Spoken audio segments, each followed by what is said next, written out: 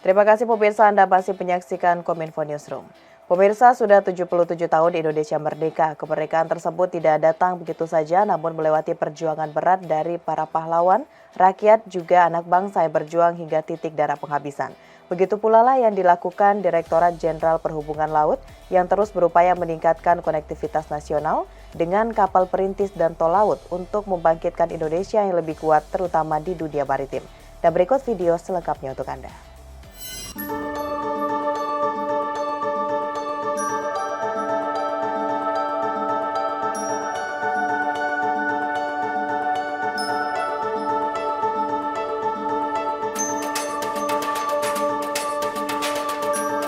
Indonesia, tanah airku, tempat aku dilahirkan.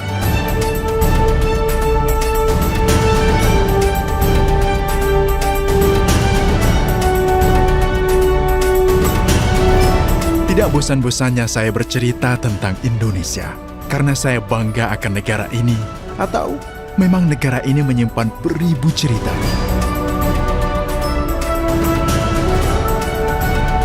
Di umur ke-77 ini, perjuangan bangsa ini tidak gampang loh. Seperti apel ini, sampai ke tangan saya melalui perjalanan yang panjang.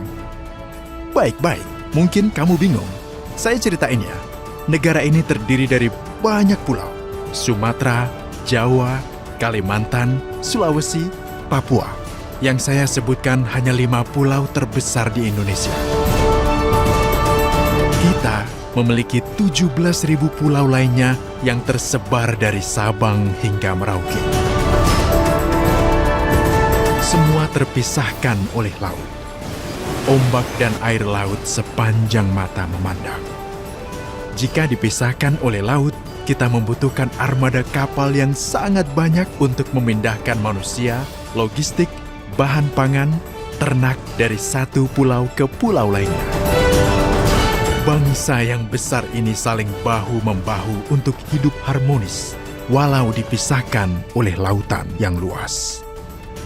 Kapal tol laut dan kapal perintis menjadi jawaban atas perpindahan manusia, bahan pangan, logistik, ternak, dan komoditas lainnya dari pulau-pulau besar hingga ke daerah tertinggal, terluar, terdepan, dan perbatasan. Di umur yang ke-77 ini, Indonesia semakin gencar mewujudkan wawasan Nusantara, dan transportasi laut menjadi salah satu sarana dalam rangka mempersatukan Indonesia yang penuh dengan keberagaman, baik keberagaman agama, suku, budaya, ras maupun bahasa. Kapal tol laut menekan disparitas harga hingga menurun drastis di barat dan timur Indonesia.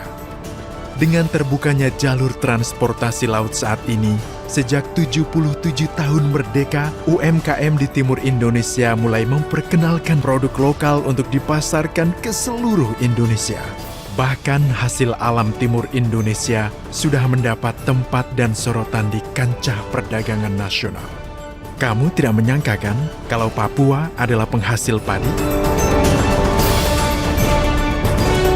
Begitu banyak torehan prestasi di bidang transportasi laut di umur Indonesia ke-77 ini.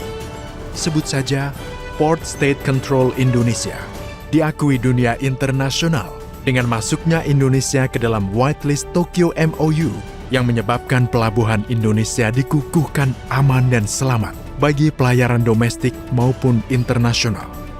Indonesia terpilih kembali menjadi Dewan IMO kategori C periode 2022-2023. Indonesia juga terpilih sebagai Chairman Aids to Navigation Fund 2022-2024.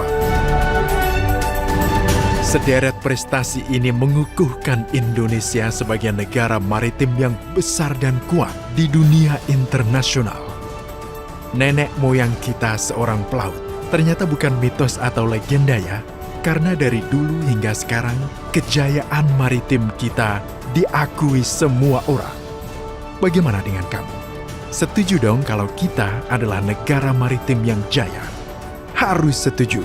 Kementerian Perhubungan melalui Direktorat Jenderal Perhubungan Laut terus merajut konektivitas nasional melalui penyelenggaraan angkutan laut perintis dan tol laut untuk menjangkau wilayah terpencil, terluar, tertinggal, dan perbatasan. Hal tersebut tentunya sejalan dengan tema Hari Kemerdekaan Indonesia ke-77, yaitu pulih lebih cepat, bangkit lebih kuat. Dirgahayu Republik Indonesia ke-77, dengan konektivitas kita wujudkan Indonesia maju yang berdaulat, mandiri, dan berkepribadian berlandaskan gotong royong. Merdeka! Dirgahayu Republik Indonesia ke-77. Salam dari negara maritim yang besar. Itulah informasi yang telah kami kemas untuk Anda. Dapatkan update berita pilihan setiap harinya di kanal GPR TV atau melalui sosial media gprtv.id. Saya Mona Zarini pamit, sampai jumpa.